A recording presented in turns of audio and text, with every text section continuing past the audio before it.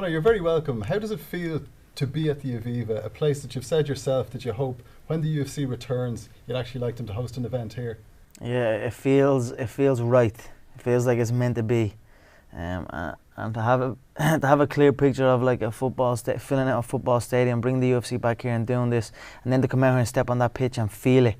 You know, I got goosebumps. You know, I got that feeling that this is within reach now. So I'm just gonna keep going, keep hitting the gym, keep training hard, keep putting on performances that will ensure that they come back here and do this football stadium. I believe the demand is there. I believe it will happen. So tell us about your journey through martial arts. Can you believe the small kid who just wanted to defend himself has turned out to be a phenomenal world-class mixed martial artist? Yeah, I can believe, because I did believe and I put in the work to make it happen. But you know, I was just a normal kid growing up, and fights would happen. Every boy gets into fights. I was never bullied. You know, it was just fights would happen as a kid. You're growing up out on the street playing football or whatever. Fights would happen, but for me, it stuck in my head. Maybe if a fight happened, another boy would have just left and he would have forgot completely about it. But for me, I dwelled on it. What way should I have moved there? He done this. What? Maybe if I had done that, I would have turned out better. You know, those type of things occupied my mind. So it begun to build in my mind that this is what I wanted to become really good at this. I wanted to be able to defend myself in any situation, any movement, any scenario. So I went from gym to gym, kickboxing, boxing, grappling, wrestling, just ultimately trying to learn different ways the body could move to attack and to defend. And then obviously becomes an obsession, and before you know it, you're headlining in football stadiums, just like that. Mm-hmm. So you mentioned there you moved around from gym to gym. So how did you end up with John Kavanagh at SPG? Yeah, I moved around from gym to gym. You know, every gym I went to was always, they had a set way. Every gym had a set way of doing things. Don't do it this way, do it that way. So that was just a normal thing that I thought just people just have their own set way, and you must do it that way. You must stand this way, you must kick this way, you must punch this way. But with John, when I went to John and I met my coach John Kavanagh at Straight Blast Gym, it wasn't like that. He had a more open mind and he encouraged different movements. And I'd never experienced that before. I'd never heard a coach say that to me before.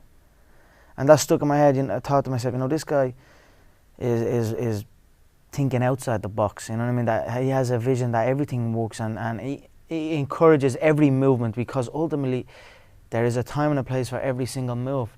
So I just knew when I met John and when he spoke, it made complete sense to me, and that was it. I stuck with him and he stuck with me, and the rest is history. And was it meeting John and training at SPG, is that when it shifted from learning martial arts to seeking perfection in human movement? 100%. It's when I start thinking of a career in it. So I never cared. I don't care. Still, I really don't care about sport. I got in it for street. You know what I mean? I was thinking about the street. I wanted to be able to defend myself in any situation. But when I met John and then the UFC, start hearing about the UFC, then I start thinking, you know what, there's a career. Maybe I can make something out of this. Well, what else am I going to do? I don't really want to do anything else. I don't want to get a job. I don't want to have to get up and I don't want to listen to a boss or do all that. You know, so this is an option for me. So I stuck with it, and John encouraged it. John believed in me and made me believe in myself that we could go and do this. But before us, there was no other Irishman. There was no as far as the UFC were concerned, Ireland didn't exist. So it was still just a dream for us. You know what I mean? But definitely when I met John and when I started training in Straight Blast Gym, I started realizing I can make a career out of this. I can do something that hasn't been done before. I can show the Irish people true martial arts, something they have never seen before. So that's what we are in the process of doing.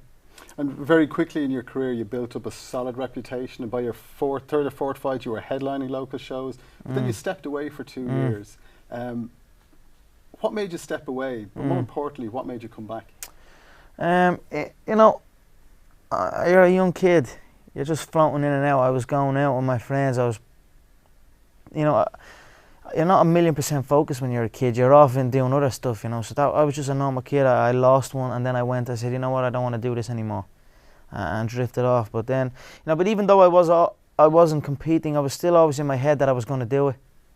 I still always had in my head that I will get to the UFC. I will make it, even though I wasn't actually pursuing it. The vision was still in my head. And then I just came back and carried on again, you know. But sometimes I drift off, sometimes you drift back and forth, and that was it. But then anytime I drift off, John would always reel me back in, and reinforce the dream. You know what I mean? Let it say, we can do it. Let's do it. This is what you need to do. We need to show up here. We need to put in more hours than everybody. It needs to be every single second of your life. There cannot be no outside.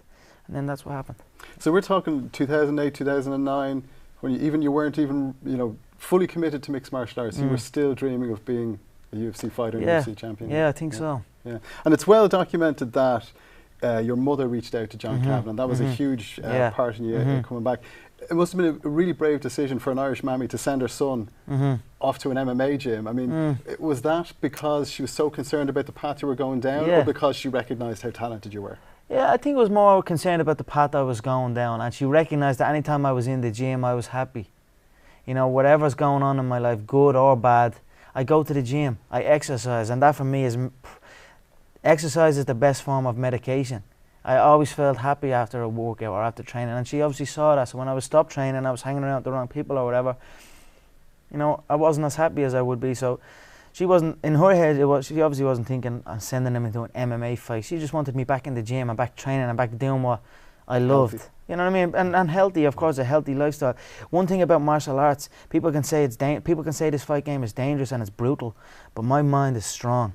I'm fit in body and mind, and that's something that not a lot of other careers can give to a person. So my mother, I love my mother dearly. I love her to bits. You know, she reached out to John, and John as well came up, and it was a perfect storm. It was all a perfect storm to get me back. And seeing the way me ma reached out and got John up, and then John came up, and seeing these people that are putting that time into me and putting that faith in me, that made me think, you know what? I'm going to do them proud. I'm going to do them proud. I said to John that night, I said, I'm going to put an extra floor on that gym. You know what I mean? And right now, you know, I'm securing my family's future here. I don't want my family, I want my mum and dad to retire and live comfortable now. You know what I mean? That's what I'm doing it for my family's security, so they don't have to do absolutely nothing or answer to nobody. Right. And once you were back then, you were back with a bang. You started putting the win streak together.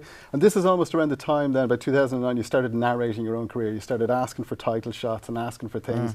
And this is when it kind of started happening.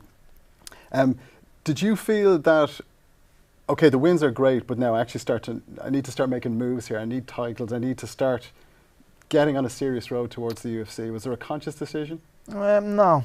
There wasn't a conscious decision. I don't know, I was just training, and if I felt the belt was in reach, I was asking for the belt. And maybe as you grow, you get a little bit more confident or a little bit more cocky, whatever way you want to put it.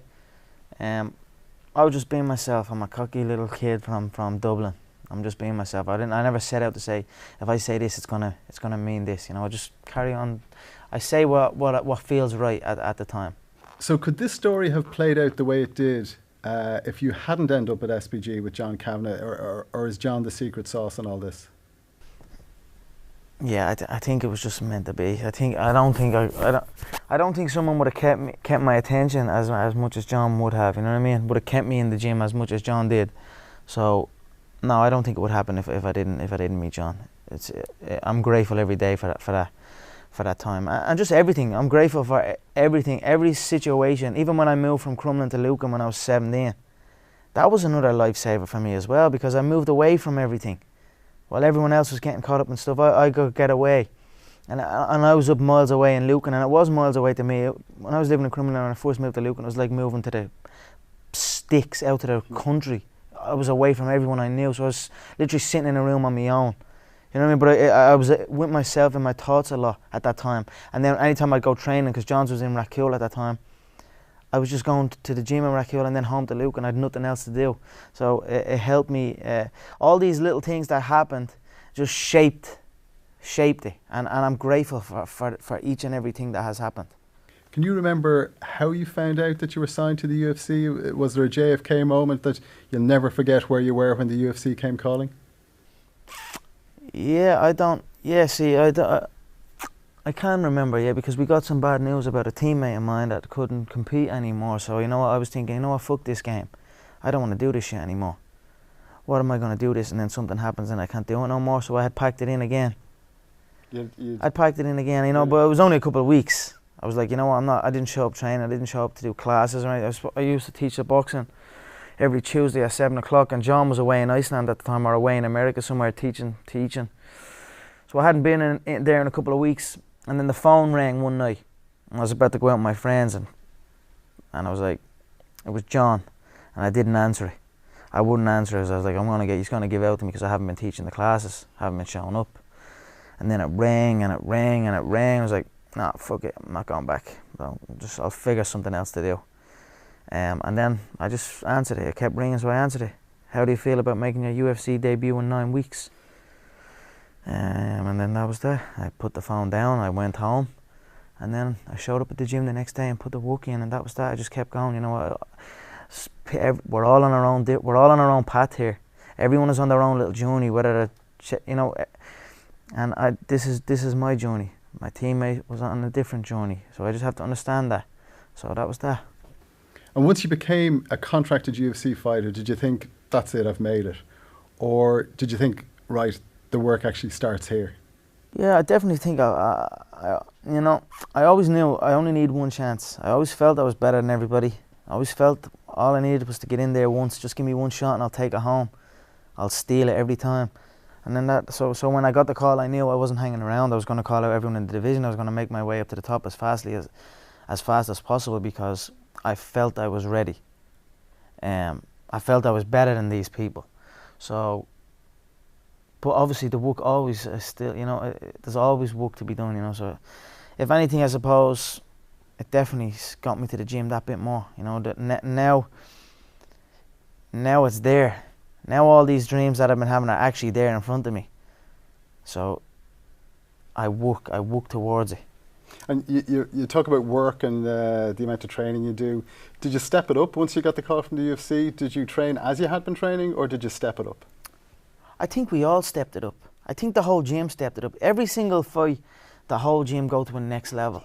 When Sweden happened, the level went through the roof because everyone saw one of us made it. You know what I mean? The dream is real. An Irishman's got a win inside the UFC. They know we have a path now. There's a path. So everyone in the gym upped their game.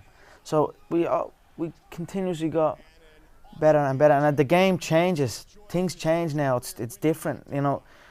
But you must evolve with it. You know what I mean? Or you'll get left behind. So our gym has evolved with the growth of it. You know what I mean? Right. So everyone has upped their game. It's very competitive. Everyone is out to chase the dream. And it's a great time. Yeah. So some of your teammates felt the UFC was more accessible because you had got there. Exactly. And then they worked hard. So I show up at the gym. Now I'm the UFC guy. Now they want to beat the UFC guy. So they know. And again, it's nothing personal. They need to feel that. They need to be able to. They go in against me or go against someone else in the UFC, and then they feel I can do this. You know what I mean? And that's for their mind. You know, it's nothing personal. We come in, everyone's come in and trying to beat each other, and it's competitive. You know, but it's perfect. It's that's why the level has gone through the roof. That's why we're getting so good so fast. Iron sharpens iron, as they say. Exactly. Yeah. So your debut UFC in Sweden. A 67-second destruction of Marcus Brimage. You pretty much stole the show, it's fair to say. Even though your fight was on the prelims, it was the only prelim fight that made it onto the main card broadcast then. You obviously got the knockout bonus as well. You came away with your 60 Gs. Dana! 60 Gs, baby! How did you feel when you were walking out of the Ericsson Globen Arena that night? Yeah, it felt right again, like I felt when I walked up there. It just felt right. Felt like it was meant to be. I knew I was going to do it. You know, prelim guys don't get on a press conference either, you know, but I brought my suit, I brought everything, I prepared. I knew all you need, like I said, give me one chance and I'm going to take it home. So they gave me one chance and I took it home. When did you notice that the UFC were treating you a little bit different to other fighters with just one fight under their belt? You seem to be getting a little bit more treatment, better treatment than guys who had just literally debuted for the largest mixed martial arts promotion in the world. I don't know, but I mean, I don't know because I can't compare it to anyone else because I don't know about what they've done for other people. You know, I just know what they're doing for me. What I do know is that I feel that they're putting a lot of faith in me. So again, that drives me to work. You know what I mean? To prove my worth, to prove their faith in me is correct, and that's what I'm doing right now. And how special was it to get the blackout treatment for the walkout in Boston? Honestly, I didn't know I got the blackout treatment until after. All I knew was they told me to take a couple of steps back into the arena and we're going to film you walking out from here. So I knew something was up. I knew that they only filmed that walk for the champions. You know what I mean? That through the arena walk. So I didn't know anything about the blackout. To be honest, I'd never even heard of the blackout before this all happened. So it didn't really mean jack. It didn't mean too much to me. But again, looking back on it, it didn't mean too much to me in the moment because I didn't even know. But looking back, it was actually phenomenal, like to walk through and see over in America, in the middle of America, and there's Irish flags everywhere. And you're walking through the crowd, and there's people in Irish rugby jerseys, there's people dressed as leprechauns, and all this shit. But that was phenomenal. That's something I can look back on forever, you know what I mean? So definitely, it meant a lot to me when it was done, but at the time I hadn't a clue. Yeah, and your second fight in Boston was obviously against Max Holloway, another young up-and-coming prospect. You took it to one decision, but midway through the second round, you popped your ACL, your MCL was strained, and you had a posterior horn meniscal tear. It's fair to say that in most other sports, the play would have been stopped and the stretcher would have been in and you would have been carted out. Was there ever a second in your mind where you were thinking, I actually can't finish this? No, because you're prepared. You're prepared for things to happen. Anything can happen in this game. There is no limitations on this. There's no, you must be prepared for injuries to happen. And I didn't even know the severity of it. I just thought, I don't know, I just felt my knee pop. I'd never felt that before. It hurt and I was unstable. That was all I knew. But stopping wasn't in my head. I just took it to a place where I could control it. And that's what I done. And how does a guy who's so focused on his career and so concerned with putting work in, how does he cope with rehabilitation and time on the sideline? Yeah, it was tough. It's been a tough. It was a tough 9 months, 8, 9 months. Well, 6 months really before I could start proper grappling and stuff like that. Again, exercise is the best form of medication for me. So I was just trying to keep busy with any exercise I could do. I was doing. I was really focused on my rehabilitation work. I was out in LA, but I was on my own for the most part, and it was tough, but I just carried on. Again, like when I left the sport for a while and was off floating around, I still always had that belief in my head that I was going to get to the UFC, and I always had that belief in my head that I was going to return, and not only return better than anybody has ever returned before. Many people have tore their ACL and returned to combat, but not many people have returned better than they left, and I returned better than I left. I'm throwing more shots than I threw before. So if anything, they come back the same, if not a little bit worse. I came back throwing shots that I've never thrown before. It was all a blessing in disguise.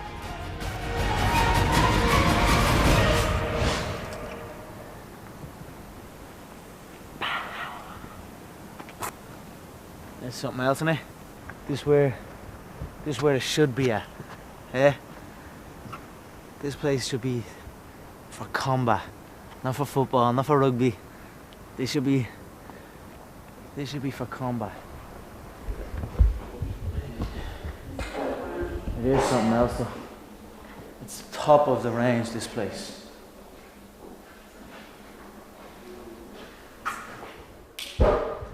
James, I'd say that Lucozade bottle's there a while, is it? Doesn't look the healthiest, does it? Who's 11? Oh yeah, and Shay Given. Dead. Maybe stick me a pair of gloves or something up. Sound maybe, what? The belt, good one, the belt and the gloves. Nah, this is brilliant. I'm happy I came out here now. And from the moment you signed with the UFC, you made a point of saying that you were going to drag the UFC back to Ireland. And it ended up being a phenomenal night. Obviously, you beat Diego Brandao in your fight. The 4 SBG fighters went undefeated. And it was a great night for Irish MMA. The 5 Irish guys went undefeated on the night. Were you aware that this was happening while you were backstage? 100%. I watched every fight on the card. They have a screen in the dressing room for us to watch, so I could watch everything. But before we left the arena, the main event people and the co-main, they don't leave till later on in the day, whereas Paddy Houlihan, they had left earlier. So when we were waiting to get on the bus to go to the arena, we were looking at Paddy Houlihan on a phone. It was just phenomenal, the whole event, from start to finish. Everyone on the card done themselves justice between the back and forth fights to the comeback fights, you know what I mean? Cahill's comeback, you know, everything was just perfect. And then you have the crowd on top of it. The crowd was unbelievable. The whole fighting world know about the Irish crowd now, you know what I mean? It's set in stone that this is a great nation to come over and host a show, you know what I mean? I set out to bring them back. I set out to help my teammates get on. Ultimately, they do that themselves. I can't take credit for nothing like that. My teammates put in their own work and followed their own path. But as far as bringing it back and the whole spectacle, it was all perfect. It's what I set out to do and what I said I was going to do. I said I was going to do it, and then I went out and done it. But with that, it's done. I'm over it now. I'm not going to stare at it. You stare at your past and you'll end up staying there. It's okay to look back and admire it, but you carry on. I'm not in the business of staring back at it. You know what I mean? And getting lost back there. People say a loss can make or break a fighter, but trust me, a win can also make or break a fighter, because they get comfortable with a win. People can get comfortable with a win, and slack off then. Slack off on the training. Slack off on the diet. They've won one. They're winners now. That's not me, you know. You sleep on a win and you'll wake up with a loss. So I just carry on, keep doing what I'm doing, and that's why this turnaround is so good for me. Vegas straight away. The Fighting Irish head to the fighting capital. It's perfect. Continue on this path. The freight train straight to the top. And you mentioned there that now the whole world knows about the Irish fight fans and how good they are. Dana White mentioned in the post-fight press conference that he was getting texted by fighters from all over the world looking to get on. Tell you one thing, he wasn't getting texted from fighters looking to fight me. But the fighters were texting him saying, next time there's a card in Dublin, stick me on it. What sort of reaction did you get from, I know you spoke to Lorenzo Fertitta afterwards and Dana, what type of reaction were you getting, considering you were part of the return story? From who? The fans or from Dana? From everyone, from fighters, from you. Yeah, it was phenomenal. This is it. It was a successful event. It was one of the most successful events in UFC history. It was one of the fastest selling. It was one of the most watched. The UFC Fight Pass platform that they have, it's an online thing where you go and watch the fights. It was the most viewed. It was a success all around. The whole event was phenomenal, between the fighters, the fans, the production, everything. It just went to a T. So we celebrated after the fight. I went to the Four Seasons, sat down with Dana, sat down with Lorenzo, toasted a whiskey and celebrated success. And then we discuss more business. You know, we carry on again. You don't stay there. You go on. And in Vegas again, I met with Lorenzo. I sat down. We discussed more business and we carry on. This is it. I'm not stopping here. Trust me when I tell you this. I'm only warming up. You can get used to this face. And just talking about the fight itself then, it was pretty quick work in the end. How did you feel during the fight? Was the knee okay? You know, Brandao was a bit of a wild man. Did he catch you with anything? You know, how were you during the fight? I felt great. I felt comfortable. But walking out before, I was bouncing around. I just felt, again, I felt right. I felt like I was put here to do this. When I'm in there, I feel calm. I feel composed. I knew he was beat before the fight. I could see it in his eyes, the same way I see it in Dustin's eyes. They're beaten men, they're broken men when I'm looking at them. And he was beaten long before he stepped into that cage, so I just went in and put him out of his misery. Always kind of just in range, but far enough away from danger as he starts teeing off. Brandao looks hurt. This could be the end. This could be an early stoppage. McGregor. This could be it. That is it. It is all. Conor McGregor is victorious. The crowd. So moving on to your next fight, Dustin Poirier, UFC 178 on September 27th in Las Vegas. He's a very similar record to you. He's 16-3. He's never been knocked out, but yet you say that his weakness is his chin, and you're gonna knock him out. What have you seen? Or all you got to do is look back at his previous fights. Every time he fights, he gets dropped to one knee. You know what I mean? The chin can only take so many cracks before it deteriorates. He seems to me a fighter that probably spars a bit too much rather than learn. You know what I mean? And I feel he's deteriorating. If his skill level has stagnated, it's remained the same, if not dropped a little bit, and his chin has certainly got less. So I'm going to go in and I'm going to prove that. I don't believe he's on my level. I don't hit like these other featherweights. So I'm going to crack him and he's going to drop, and that's it. And you were recently in Las Vegas for the UFC 178 Media Day, and you would have been sitting not too far away from Dustin. Did you talk to him backstage, or what sort of vibes did you pick up off him? I didn't speak to him. You know, we came in the media thing for in Vegas was the first time we came face to face, and he put his fists out like that, and I went to his head to head. He's been talking a lot. I know I talk, but he's also been talking. He's been talking all shit on Twitter, saying all this stupid shit. But when it came face to face, when it came man to man, he backed down. There wasn't a peep out of him.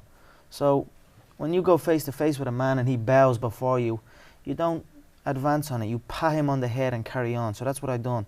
And then the Jones DC, that whole fight, that was crazy as well. You know, again, two men, two emotionally charged men with a lot on the line, a lot of money, a lot at stake.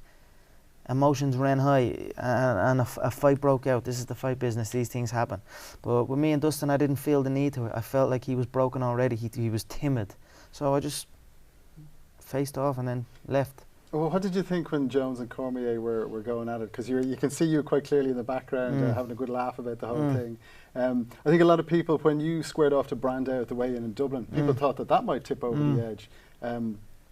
Well, if there was no one there, it would have. You know, there should be people there. There's a lot at stake. It's an emotional game. You know what I mean? So there's people. It's up to the staff, the UFC staff, that need to be there to separate or to keep it calm. But backstage, we were nearly fighting. He was pacing around with his flag, and I was pacing around with my flag. It was weird, yeah. But he's a live one. He's a wild kid from the favelas in Brazil, from the slums in Brazil. So, you know, I knew if a situation happened backstage, I was going to be ready. I told myself that beforehand. If something breaks off, I'm ready to go, and I'm going to let him know. Some people think it's all for the cameras, but it's not for the cameras. We were going to fight backstage, and that was that.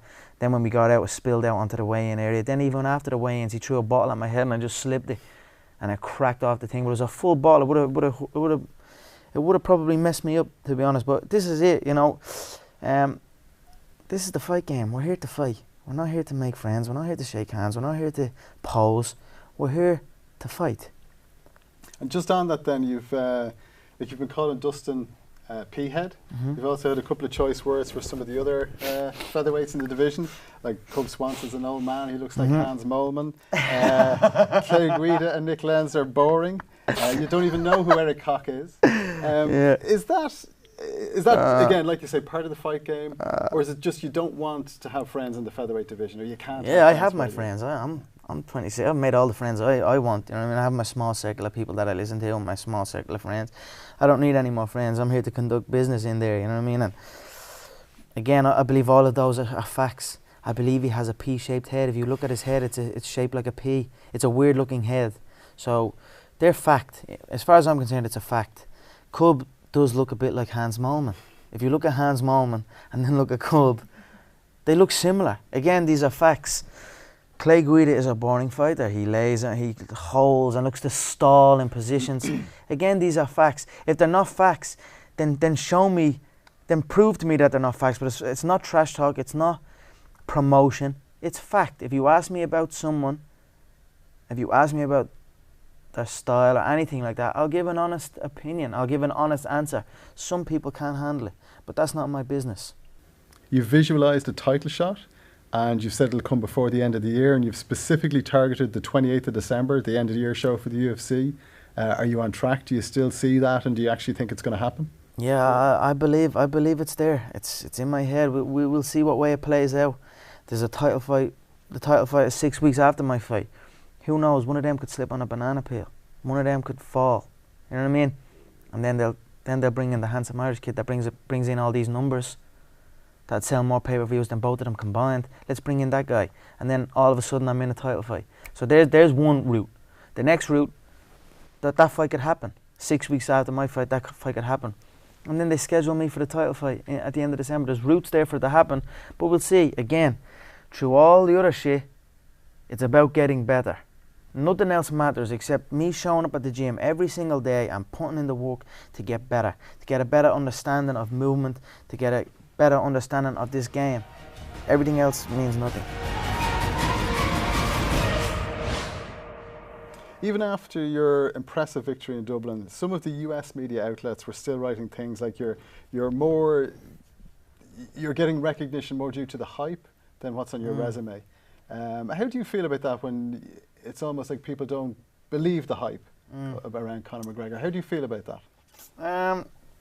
Again, I can't hear it. It's hard to hear from where I'm at. I can't hear. I don't read none of that. I have my set team, my circle, my girlfriend, my coach, my family, my friends, my teammates. I listen to them. I don't listen to nobody else. I don't read nothing else. As far as I'm concerned, there's no such thing as an accomplished critic. Everybody's a critic, you know what I mean? Everybody has an opinion on it, but there's no such thing as an accomplished critic. So I don't pay attention to what people say, you know, good or bad. It means nothing to me. I listen to my circle and I carry on again. Nothing else matters except getting better, showing up at the gym and improving. I can't hear nothing else. And you say that you don't listen to other people, but certainly a lot of people listen to you, because you come out with some gems, like when you're asked about pressure, you say that pressure creates diamonds. When you're talking about fighters calling you out, you say everyone wants it till they get it. That's my personal favourite. When you were talking about the Irish MMA, you said we're not here to take part, we're here to take over. Where do these come from? Do you put time into creating these gems, or did they just fall off the... Again, it's people say it's trash talk, or it's building hype, or it's promoting a fight. But to me, it's stating fact. Pressure creates diamonds. That's a fact. In them caves and shit, the pressure is what creates the diamond, right? So that's a fact. What was the other one I was saying? We're not here to take part, we're here to take over. I'm not here to take part. I'm not here to shake a guy's hand and be the token Irish guy. I'm here to kill everyone in the division, to obliterate everyone in my path. That's fact. What was the other one? There was another one? Everyone wants it until they get it. That's fact. Diego Brandao wanted the fight. He was talking like he wanted the fight, but when we came face to face, when we came man to man, he was a shell. He was broken. Same thing with Cole Miller, talking all of this, calling me out on the post-fight. And then he gets it. And then he doesn't want that anymore. Same thing with Dustin. He acted like he wanted it. He was saying all this stuff throughout the Diego Brandao fight like he wanted it. And then guess what happens? He gets it. Now here's your opportunity. Now we're face to face and we're man to man. Now what? And he's timid. He backs down. So these are all facts to me. I'm stating fact as far as I'm concerned. They just happen to be one-line dingers that you could paint on the side of a building, which they have been doing. Have you seen that one? There's a picture of me and I'm like that, and there's a king's crown. I was like, we're not here to take part, we're here to take over. That just happens to be, but I'm just stating fact as far as I'm concerned. And the fact that some of the media outlets think you're more about hype, but you've constantly said through through this interview that it's all about the work for you. So in terms of the work you've put in, and the work, you know, down the line, how much better can Conor McGregor get? I'm only getting better. I'm only scratching the surface. Like, are we talking John Jones good, Anderson Silva good? I'm only scratching the surface, but I'm still better than every one of them. Greatest of all time stuff. 100%. Yeah. 100%. I set my sights high. You know what I mean? I'm taking over the game in every way, shape, and form.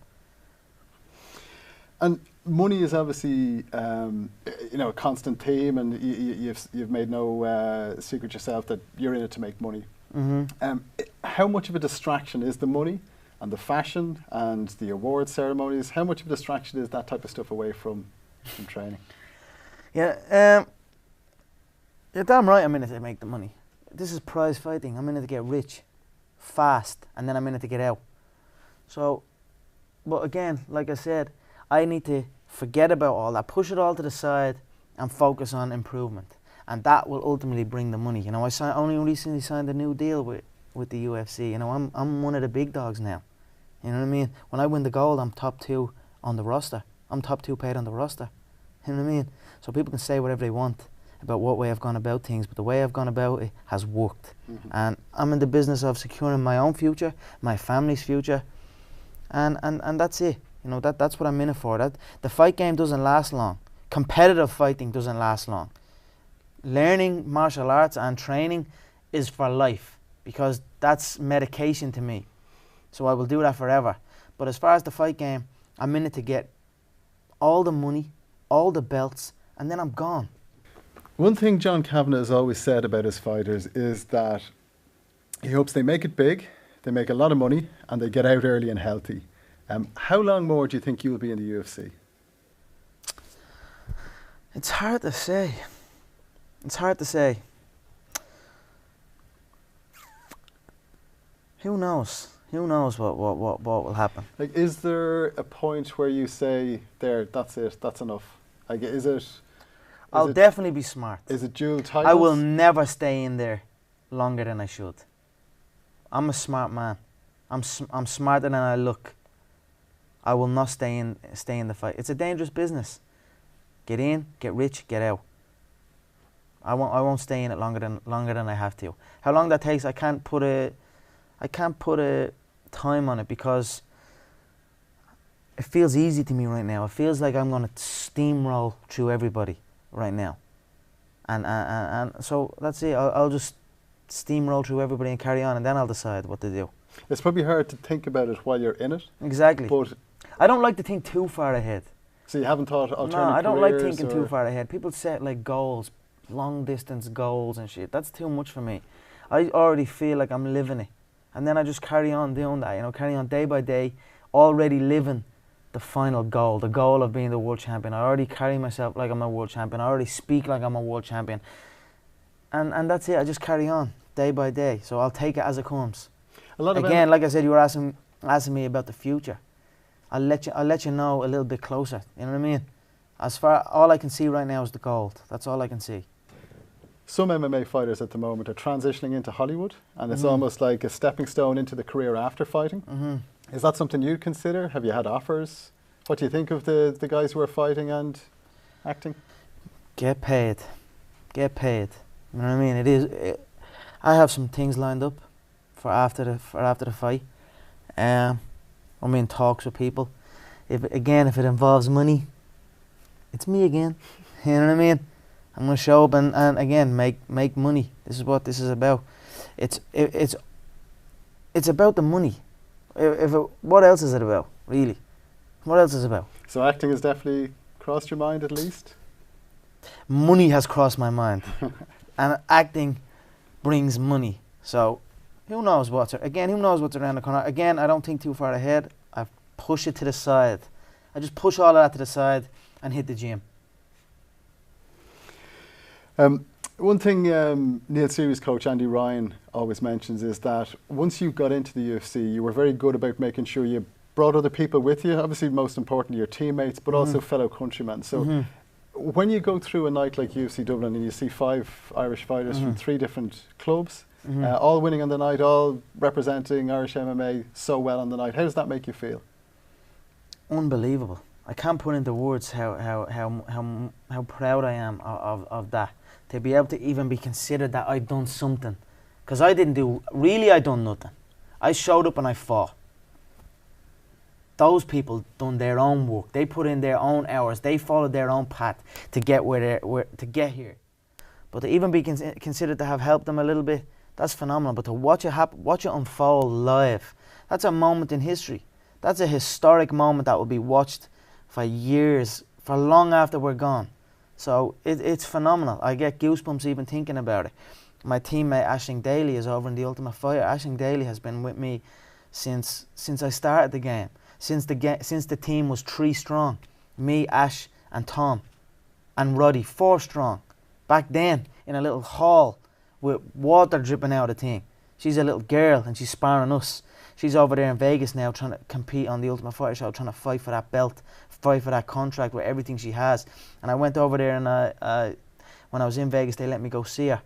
And it was an emotional thing, but no, I can't put it into words. We blood, sweat and tears go into this journey, into this chase. And to see everyone else get their credit, the credit they deserve, it's phenomenal. And the future of MMA in Ireland then, can you see the next wave of Irish fighters headed for the UFC? 100%. I believe the next wave will be even better. The next wave have a path. The next wave, they can see the journey.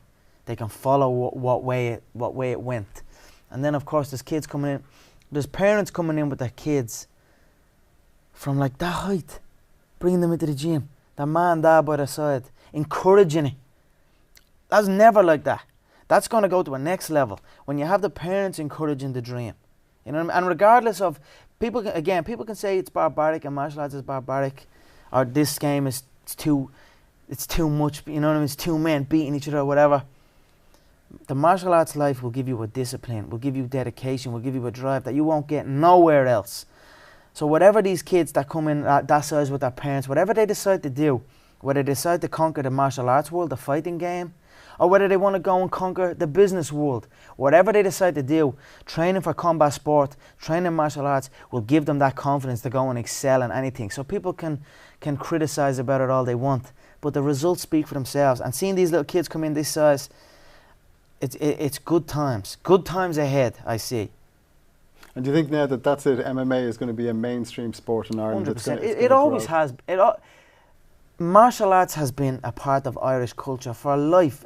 Every kid has done karate. Every kid has come up and done taekwondo. It's here and there. You know, everyone knows someone that does a little bit. Now it's a bit more public knowledge. Now people are actually just aware that, hang on, this is something that we enjoy and we take part in. It's part of something that we've been doing for years upon years. So again, it grows from strength to strength. So who knows what's next? But it's good times ahead, I believe, for martial arts and just for life in general. I know you've got to head back to the gym for training, so thanks a million for your time. The very best of luck on the 27th of September, and look forward to talking to you in the future on the way to the title. Sweet, thank you so much. The Notorious Conor